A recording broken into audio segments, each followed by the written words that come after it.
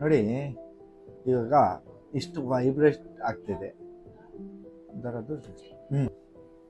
ನೋಡಿ, ಮತ್ತೆ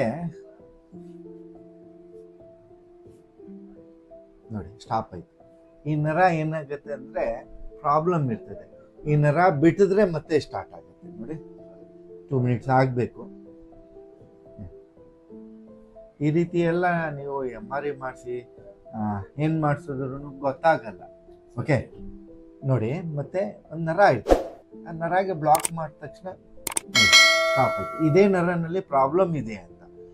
ಈ ರೀತಿ ಯಾವುದು ನರ ಪ್ರಾಬ್ಲಮ್ ಆಗಲಿ, ಯಾವ ರೀತಿ ನರ ಎಲ್ಲಿ ಪ್ರಾಬ್ಲಮ್ ಆಗಿರ್ತದೆ ಅದು ಗೊತ್ತಾಗಲ್ಲ. ಬಟ್ ನಾನು ಸೆಲ್ಫ್ ಡಯಾಗ್ನೋಸ್ ಮಾಡಿ ಆ ನರ ಕಣ್ಣಿಟ್ಟು ಅದು ಪ್ರಾಬ್ಲಮ್ ಸಾಲ್ವ್ ಮಾಡ್ಕೊಡ್ತೀವಿ. ಈ ರೀತಿ ಸೆಲ್ಫ್ ಡಯಾಗ್ನೋಸ್ ಮಾಡ್ತೀವಿ, ಡಯಾಗ್ನೋಸ್ ಮಾಡಿ ಪ್ರಾಬ್ಲಮ್ ಕ್ಲಿಯರ್ ಮಾಡ್ಕೊಡ್ತೀವಿ.